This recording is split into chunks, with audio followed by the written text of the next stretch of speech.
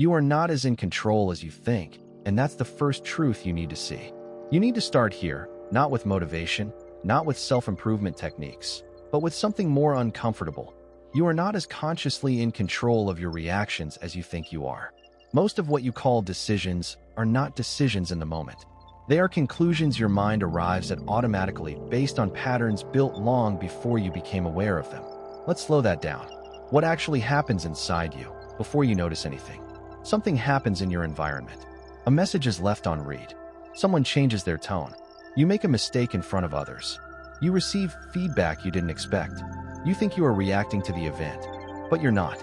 You are reacting to your interpretation of the event, and that interpretation is produced instantly by a system you did not consciously design. It works like this. 1. Something occurs. 2. Your mind filters what it pays attention to. 3. It assigns meaning based on past experience. 4. An emotion is triggered. 5. You act based on that emotion. All of this happens so fast that you only become aware of step 4 or 5. By then, it feels like you made a choice. But you didn't choose the interpretation. You inherited it. A simple example you already live every day. Imagine someone doesn't reply to your message. You don't just see silence. Your mind fills the gap immediately. Maybe it says, "They are ignoring me. I said something wrong. I don't matter that much." That thought creates a feeling in your body. Slight tension, anxiety, maybe irritation, maybe withdrawal. Then you act. You double text. Or you stop texting entirely. Or you distract yourself to avoid thinking about it. Now here's the key point. The situation didn't control you. Your interpretation did. And that interpretation was automatic. Why your mind does this, and why it's not random. Your brain is not trying to be accurate. It is trying to be efficient. It uses shortcuts built from past experiences, emotional memories, repeated social patterns, things that once protected you. If you were ignored before and it hurt, your system learns. Silence might mean rejection. It stores that as a fast rule. So now it applies that rule instantly, even when it's not true. This is not a flaw in you. It's a design feature of the human brain, but it creates a problem. You start reacting to the past as if it is happening again in the present. The uncomfortable realization, you are watching your mind more than directing it. Most people assume they're the thinker of their thoughts, but in practice, you are more often the observer of thoughts that appear on their own. You don't say, "I will now think a worried thought." It just appears. Then you believe it or argue with it or act on it. That gap is the hidden system people never notice. And until you see that gap clearly, you will keep treating your reactions as identity. I am an anxious person. I am sensitive. I overthink. These are not identities. They are patterns that repeat because they have not been interrupted. Why this feels so real in the moment? Your mind has one major bias. It treats speed as truth. The faster a thought appears, the more it feels correct. So your first interpretation always feels like reality itself, not a possibility. This is why criticism feels like failure. Silence feels like rejection. Uncertainty feels like danger. Not because they are true, but because your system reacts before you can examine them. Where your actual control begins and where it does not. You do not control the first thought. You do not control the first emotion. You do not control the automatic meaning your mind assigns. But you can control what happens next. And that is where everything changes. There is a small but powerful moment after the reaction begins where you can still ask, what else could this mean? Not to force positivity, not to deny what you feel, but to break the illusion that your first interpretation is the only valid one. That moment is the beginning of real control, a more grounded way to see yourself. Instead of thinking, "I need to fix my mind," start thinking, "My mind is running a pattern and I can observe it." That shift removes pressure. You are no longer trying to control everything inside you. You are learning to see it clearly before you respond to it. And clarity is what creates choice, not force, not discipline. Clarity. What changes when you start seeing this? At first, nothing changes externally. You will still react automatically sometimes. You will still believe thoughts too quickly. But internally, something important shifts. You start noticing the pattern earlier. A thought appears, and instead of becoming it immediately, you recognize it. That's the interpretation again. And in that recognition, the pattern loses some of its control. Not all at once, but enough to create space. And that space is where new behavior becomes possible. The real takeaway: you are not as consciously in control as you assume, but you are not trapped either. You are in between. Automatic patterns you did not choose, and the awareness that can eventually interrupt them. Most people live entirely inside the pattern without realizing it exists. Once you see it, you cannot fully unsee it. And that is where real change begins. The invisible system that filters everything you experience. Now we go one layer deeper, not into what you think, but into what you are allowed to notice in the first place. Because here is something most people never question. You do not experience reality directly. You experience a filtered version of it. And that filter decides more about your life than the actual events you go through. You are not seeing everything. You are seeing a selection. Right now, as you read this, your brain is ignoring far more information than it is processing. Sounds, visuals, sensations, background thoughts. Most of it is being filtered out automatically. This is not random. Your mind is constantly asking one silent question. What is important right now? But important is not based on truth. It is based on what your past trained you to notice. A simple real-life example you can feel immediately. You walk into a room where people are talking. One person might immediately notice whether people are laughing, whether they seem included or excluded, whether anyone looks at them. Another person in the exact same room notices the topic of conversation, interesting ideas being discussed, nothing emotionally charged at all. Same room, same people, same moment, completely different reality. This is why advice rarely works the way people expect. Two people can hear the same advice. Don't overthink. Just be confident. Don't take it personally. One person applies it easily. The other feels like it doesn't make sense at all. Why? Because advice does not enter a neutral mind. It enters a mind that already has filters deciding what is relevant, what is threatening, what is believable, what is for me or not for me. So the same idea gets interpreted differently before it even becomes action. Your filter is built, not chosen in the moment. Most of your filters were formed through repetition. What got you approval? What got you rejected? What created safety? What created discomfort? Over time, your brain learned, this is what I should pay attention to. And anything outside that pattern becomes harder to notice. Not impossible, just less automatic. This is why your problems feel repetitive. You think you are facing new situations, but often you are just facing different versions of the same filtered pattern. Always noticing tone instead of content. Always scanning for rejection instead of intention. Always focusing on mistakes instead of progress. The external world changes, but your filter keeps selecting the same type of information. So your emotional experience repeats. A subtle but important shift in understanding. You are not creating your experience from nothing. You are selecting it from everything available. That distinction matters, because it means you are not broken. You are not imagining things. You are not overly sensitive by default. You are simply running a trained attention system. What happens when you start noticing the filter? At first, you don't remove it. You simply catch it in action. For example, I only noticed the negative part of that conversation. I ignored everything neutral and focused on one tone. I assumed intent without checking evidence. This is not about correcting yourself immediately. It is about seeing the selection process clearly. Because once you see it, you cannot fully trust it blindly again. This is where real mental flexibility begins. Before awareness, your interpretation feels like reality. After awareness, your interpretation becomes one possible version of reality. And that gap changes everything. Because now you can ask, what did I miss? What else is here that I didn't notice? Is my attention narrowing too fast? These questions don't change the world. They change how much of the world you are actually seeing. The key insight to carry forward. You are not reacting to life as it is. You are reacting to life as it was filtered for you. And most of the time, that filter is running in the background without permission or awareness. Once you start seeing it, the goal is not to eliminate it. The goal is to stop confusing it with reality itself. Why your first thought always feels true, even when it isn't. This is where things start to feel personal. Because now we are not talking about what you notice. We are talking about what your mind tells you that it means. And the most important part is this. Your first thought does not feel like a suggestion. It feels like a fact. That feeling is what makes it so powerful. Your mind does not present thoughts as options. When something happens, your mind does not say, here are 3 possible interpretations.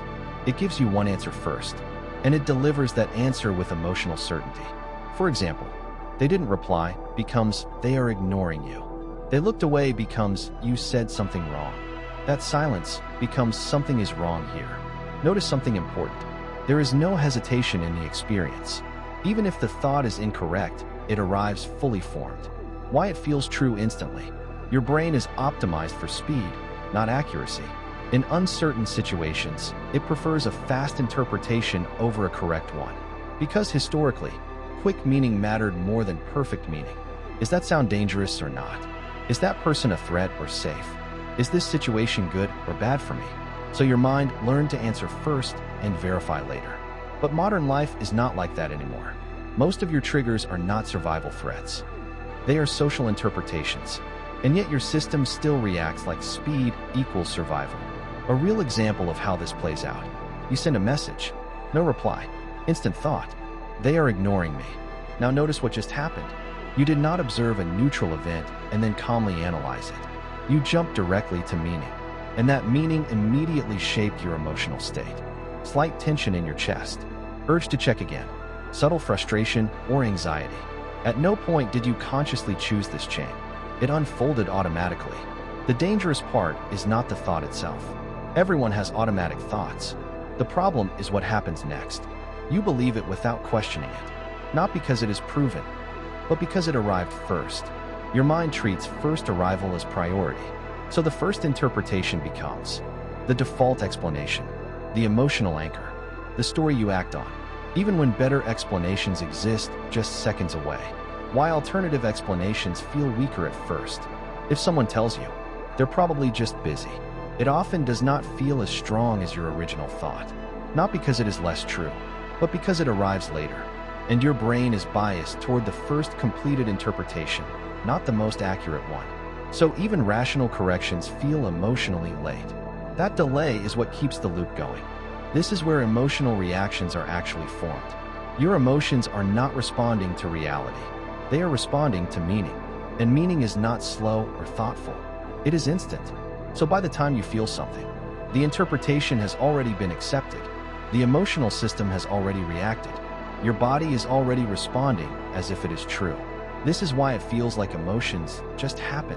Because the decision that created them happened earlier without your awareness. A shift in how you start to see your thoughts. Instead of thinking, this is what is happening, you begin to notice, this is what my mind is saying is happening. That small shift creates distance. Not emotional distance, mental distance. And in that space, something new becomes possible. You can pause the acceptance of meaning, even for a second. What changes when you stop trusting the first thought automatically? You do not stop having strong reactions, but you stop treating them as final answers. So instead of reacting immediately, reinforcing the same interpretation loop, you start doing something simpler. Noticing the thought, recognizing it as an interpretation, allowing space before responding. That space is where control begins to form. Not control over thoughts, control over belief. The core insight of this section. Your first thought is not a conclusion. It is a guess your brain makes quickly to reduce uncertainty. Sometimes it is correct. Often it is incomplete. But it always feels true at the moment it appears. And that feeling of truth is what you must learn to question, not the thought itself. How your mind creates meaning before you even realize it. Now we connect the missing piece. The moment your mind turns raw information into emotional reality.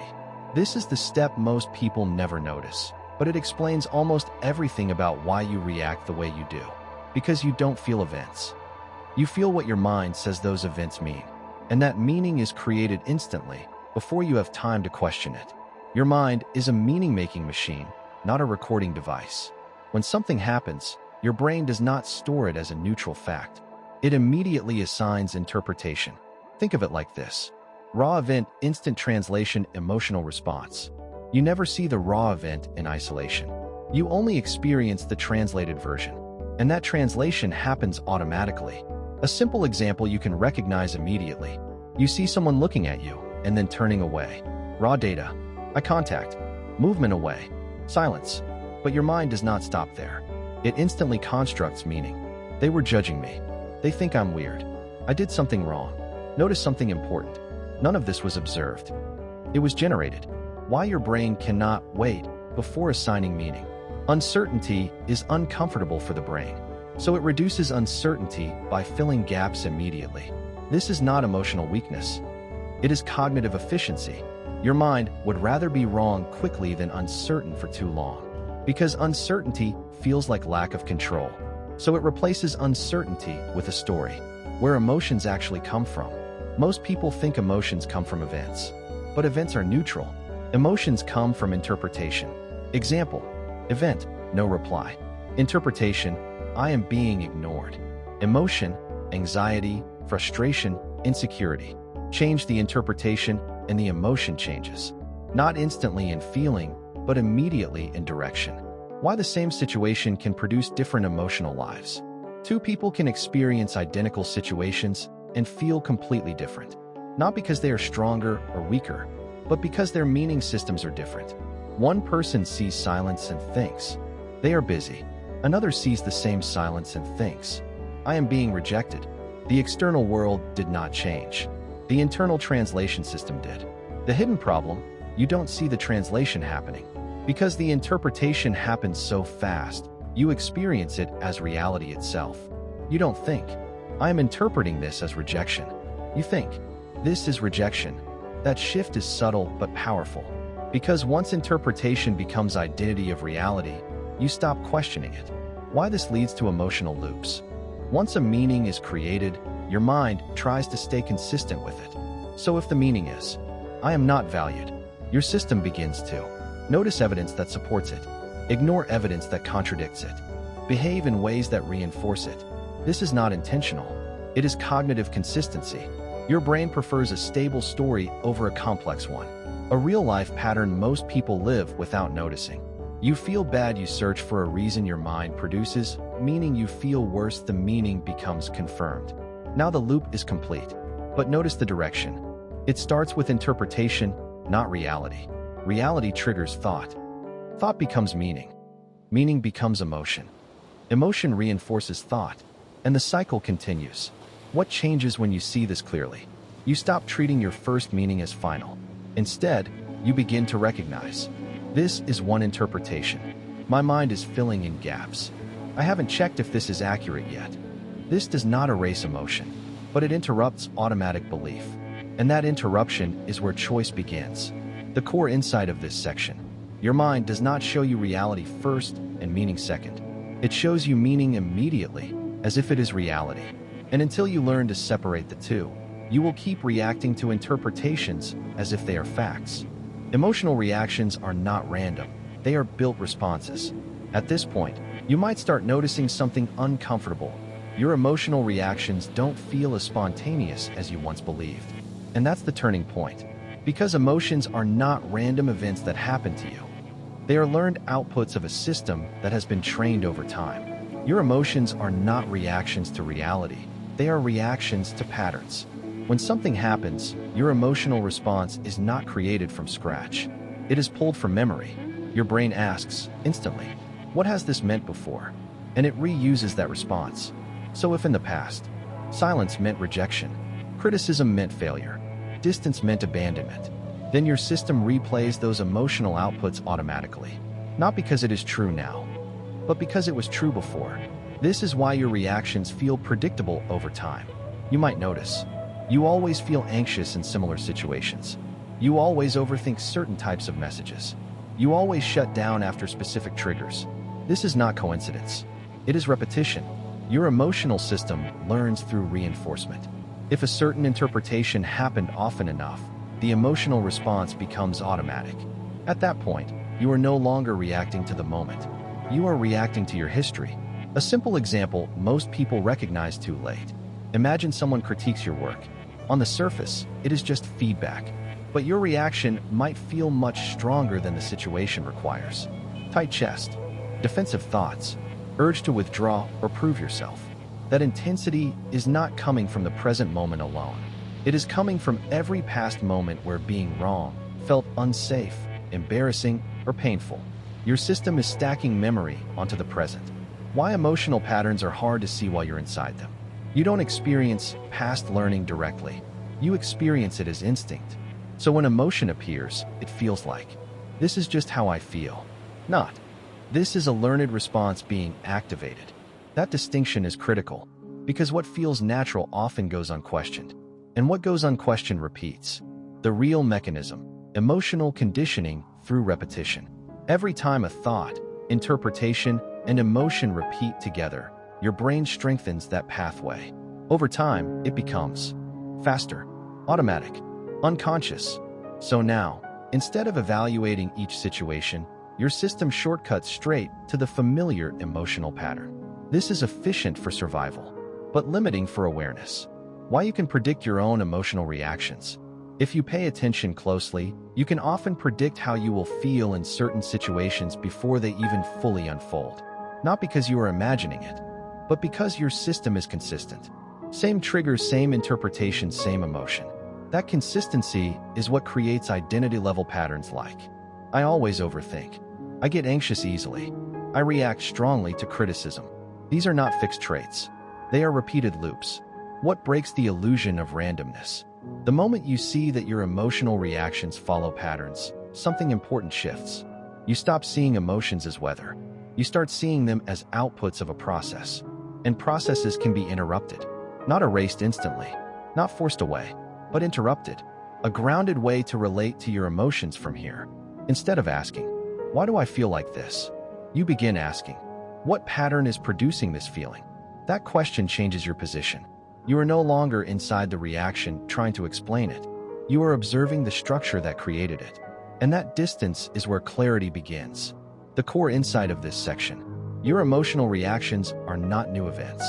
They are recycled responses built from repeated interpretations of the past. And once you see that clearly, you stop treating every emotion as truth and start seeing it as data from a system you can understand. The loop you keep repeating without noticing it. Now we put everything together. This is where the system stops feeling like separate ideas and starts revealing itself as a loop you live inside every day. Because what you experience is not random thoughts, random emotions, and random reactions. It is a closed system that keeps reinforcing itself. The loop is simple, but you rarely see it as a loop. At surface level, your experience feels like separate moments. Something happens. You think about it. You feel something. You react. Then you move on. But underneath, it is not linear. It is circular. Each step feeds the next one, and then returns to the beginning stronger than before. Step 1. Something triggers your attention. It can be external or internal. A message, a tone of voice, a memory, a situation that resembles something familiar. At this stage, nothing is emotional yet. It is just input. Step 2. Your mind assigns meaning instantly. This is where the system begins to lock in direction. You do not analyze slowly. You interpret instantly. This is bad. This is rejection. This means I failed. This is a threat. You don't choose this consciously. It is pulled from your existing patterns. Step 3. Emotion follows meaning. Once meaning is set, emotion activates immediately. Not because of the event itself, but because of what the event was labeled as. So, rejection anxiety or sadness, failure shame or frustration, uncertainty discomfort or fear. Emotion is not random here. It is a response to interpretation. Step 4. Behavior follows emotion. Now the system pushes you toward action. Avoid the situation. Overthink it. Seek reassurance. Withdraw. Defend yourself. You are no longer just thinking. You are reacting physically and behaviorally. Step 5. Behavior reinforces the original belief. This is the part most people miss. Your action does not end the loop. It feeds it. Example. You avoid replying because you feel anxious. That avoidance reinforces the idea that the situation is unsafe. Next time, the anxiety appears faster and stronger. So the system learns. This response was correct. Even if it was not helpful, the loop is now stronger than before. Once the cycle completes, it does not reset. It upgrades itself. So next time, the interpretation becomes faster. The emotion becomes stronger. The reaction becomes more automatic. This is why patterns feel like they intensify over time. Not because life is getting worse, but because the loop is getting reinforced. Why it feels like you are stuck in the same situations. You are not actually repeating the same external events. You are repeating the same internal loop in different environments. That is why different people, different contexts, different moments, can still produce the same emotional outcome. The system is consistent even when the world is not. Where most people misunderstand themselves. They think, I need new situations. But the real issue is, I keep running the same internal process in every situation. So even if life changes, the output feels familiar. Because the system interpreting it has not changed. Why willpower does not break the loop. Willpower tries to interrupt behavior at the last step. But by the time behavior appears, everything before it has already happened. Interpretation is set. Emotion is active. Pressure is already building. So you are trying to stop a river at the end instead of upstream. That is why it feels exhausting and inconsistent. Where the real interruption point actually is. Not in behavior, not in emotion, but in meaning. If meaning changes, everything downstream changes automatically. Because different meaning, different emotion. Different emotion, different behavior. Different behavior, different reinforcement. You don't fight the loop. You interrupt its source. The key realization of this section. You are not dealing with isolated thoughts or emotions. You are dealing with a self-reinforcing loop that trains itself every time it runs. And until you see it as a loop, you will keep trying to fix symptoms instead of the system producing them. The moment between trigger and reaction, where your real power lies. This is the first real point of leverage. Not in understanding your mind, but in noticing the space where it usually takes over completely. Because up until now, everything you've seen happens automatically. Trigger appears. Meaning is assigned. Emotion activates. Behavior follows. Loop reinforces itself. It feels continuous. But there is a small break in that chain. And that break changes everything. There is always a gap. You just usually don't notice it. Between what happens and how you react, there is a fraction of time. Most of the time, it is extremely short. A second, a half second, sometimes even less. So your mind blends everything together into one experience. This happened, so I reacted. But that is not accurate. What actually happens is 1. Something occurs. 2. A thought appears. 3. A feeling begins forming. 4. Then you react. Those are separate steps. The gap is between step 1 and step 4. Why you usually miss the gap? Because attention is pulled forward. When something triggers you, your awareness jumps immediately to the meaning, the emotion, the response. You skip the observation stage. It is like watching a movie so fast that you forget there are frames. So it feels like one continuous motion. But it is not. It is a sequence. What changes when you notice the gap? At first, nothing external changes. The situation is the same. But internally, something important happens. Instead of, I am reacting, you begin to notice. A reaction is forming. That shift is subtle, but structurally significant. Because now you are no longer fully inside the reaction. You are slightly outside it. A real example of what this looks like. Someone says something that normally triggers you. Before awareness. Instant interpretation. Emotional spike. Immediate response. Regret or overthinking later. After awareness, even slightly, you feel the initial spike. But you notice it happening. There is a moment of recognition. You pause, even briefly. Nothing dramatic changes in behavior at first. But the chain is interrupted just enough to prevent full automatic execution. Why this gap matters more than positive thinking. People often try to change thoughts. Think differently. Stay positive. Don't overreact. But that happens after the reaction has already formed. The gap is earlier. It is the point where the interpretation is still forming. The emotion is still building. The behavior is not yet locked in. That is why it is powerful. You are not replacing the reaction. You are interrupting its completion. What awareness actually does and what it doesn't do. Awareness does not erase triggers. You will still feel irritation, anxiety, frustration, doubt. But awareness changes your relationship to them. Instead of being fully merged with the reaction, you begin to see it as something happening in real time, not something you are fully identical with. This reduces automaticity and increases choice.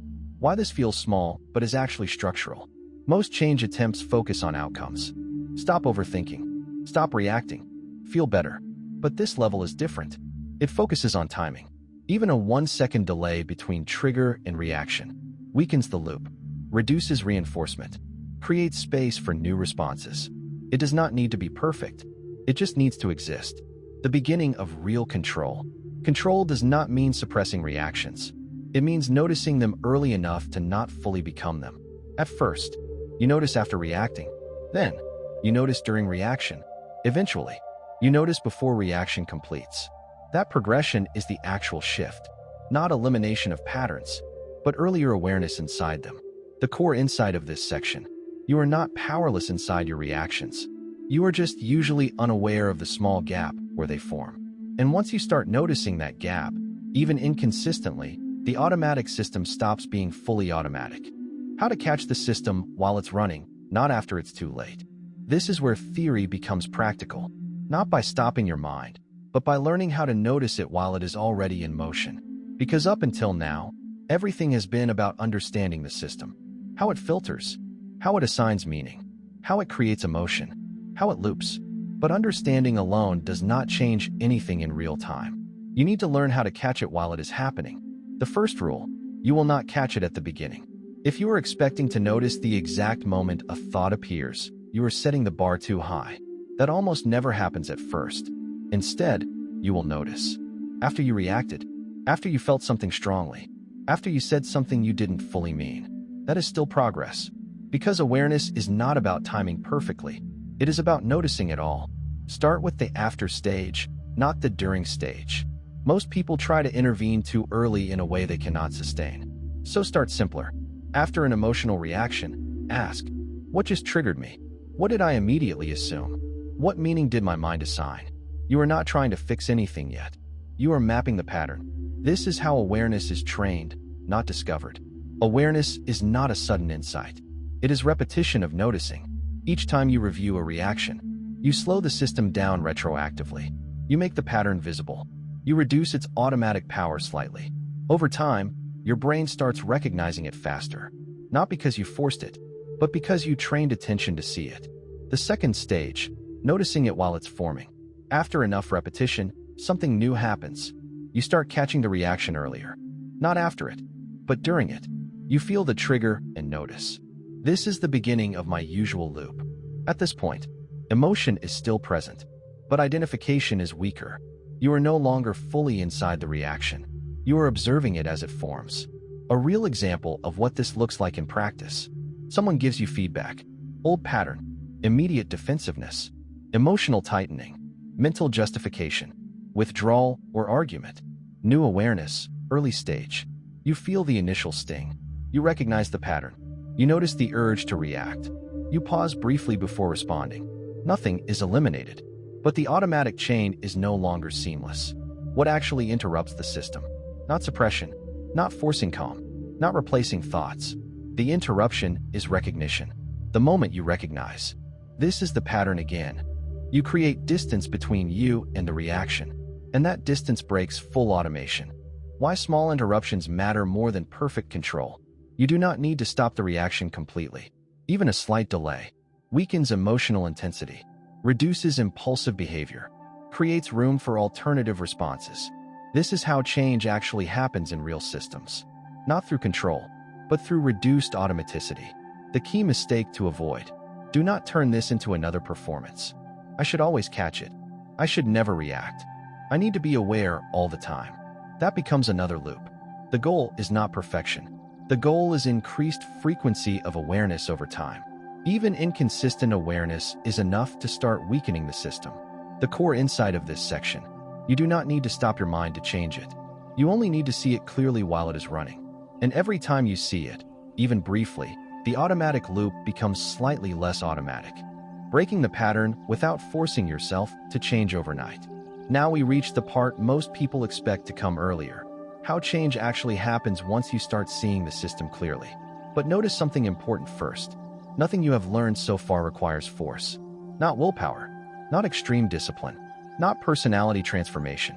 Because this system does not break through pressure. It breaks through interruption. You don't replace patterns, you weaken them. A common misunderstanding is that change means replacing one thought with another. I shouldn't think like this. I need a better mindset. I should be more positive. But that approach fights the system directly, and the system is stronger than intention in the moment. Instead, real change happens differently. You don't remove the old pattern. You reduce how automatically it runs. Every interruption weakens the loop slightly. Think back to the loop you learned earlier. Trigger, meaning, emotion, reaction, reinforcement. When you catch the system even once, the loop does not complete fully. The reinforcement is weaker. The pattern loses some certainty. It may not feel significant in the moment, but internally, something important changes. The system does not get full confirmation that its prediction was correct, and prediction strength is what makes patterns stable. Why repetition matters more than intensity. You don't need one powerful breakthrough. You need repeated small interruptions, because the brain learns through repetition. If the loop completes, it strengthens. If the loop breaks, it weakens. So even small awareness moments, noticing after reacting, noticing during reaction, pausing for a second before responding, all of these matter more than one dramatic insight. A real example of gradual change. Imagine your default pattern is criticism, defensiveness, overthinking. At first, nothing changes. You still react the same way, but now something small is different. Sometimes you notice after the reaction, this is my pattern again. Later, you notice during it, I'm starting to react defensively. Later still, you pause before responding. None of these moments feel like transformation, but together, they reshape the system. Because the brain starts learning, this reaction is not always necessary. Why change feels slow even when it is working? This is where many people give up, because internal change is not immediately visible. Externally, you still think the same thoughts sometimes, feel the same emotions sometimes, fall into old reactions sometimes.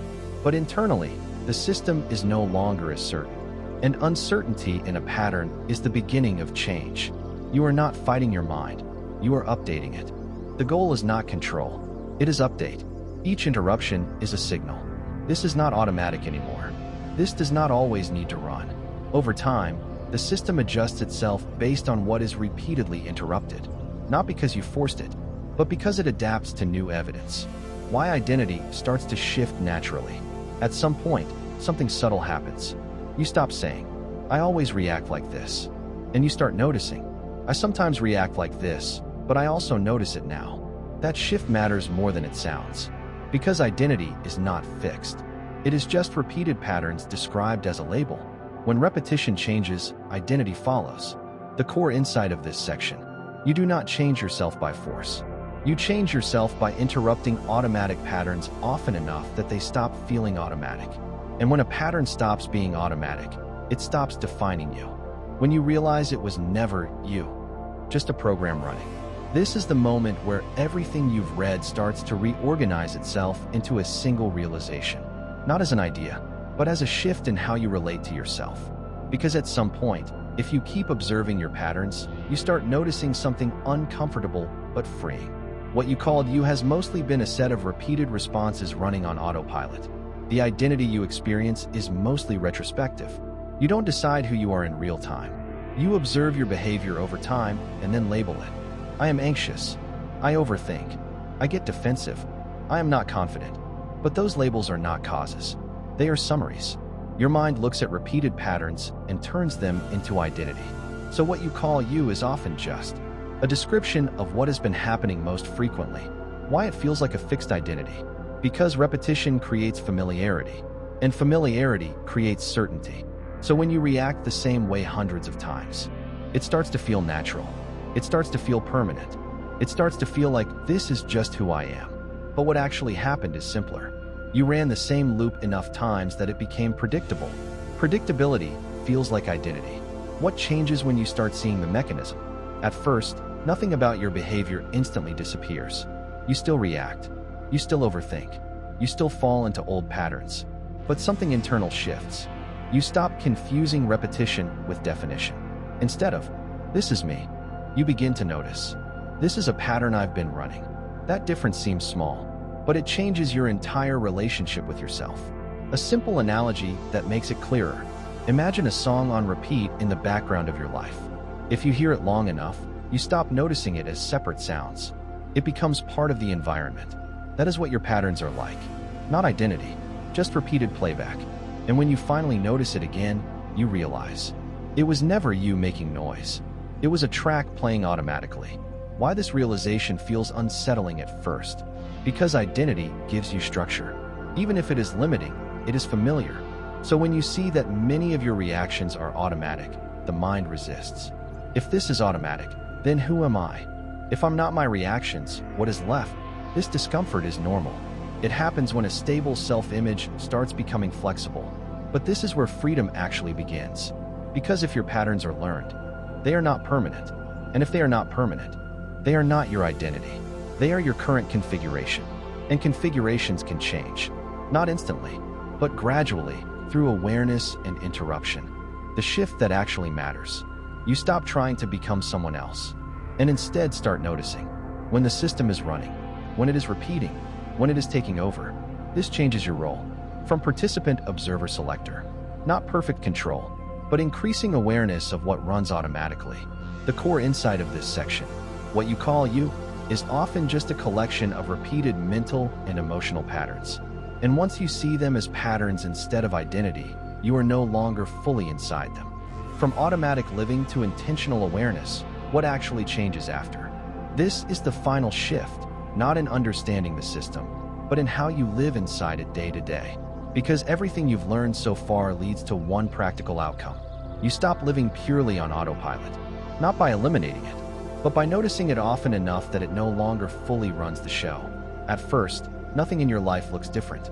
This is important to understand clearly. When awareness first develops, your external life does not immediately transform. You still react emotionally sometimes, fall into old thought patterns, misinterpret situations, repeat familiar loops. From the outside, nothing dramatic changes. But internally, something critical is different. You are no longer fully unconscious while it happens. The shift is not in behavior, it's in recognition. Before awareness, you are the reaction. After awareness, you notice the reaction happening. That difference seems subtle, but it changes the structure of experience. Because now there is a second layer. One part of you experiences the pattern. Another part observes it happening. This split is where intentionality begins. Why awareness slowly changes behavior without force. You don't need to directly force new behavior. Because once awareness appears repeatedly, something natural happens. You start catching patterns earlier, before you fully react, before emotion escalates, before behavior locks in. And in that small window, you gain optionality. Not full control, but choice. And choice, repeated over time, reshapes behavior automatically. A realistic example of this transition. Old state. Someone criticizes you. You react defensively. You justify or withdraw. Later you reflect and regret it. New state. In progress. Criticism appears. Emotional response begins. You notice it forming. You pause briefly. You respond differently, even slightly.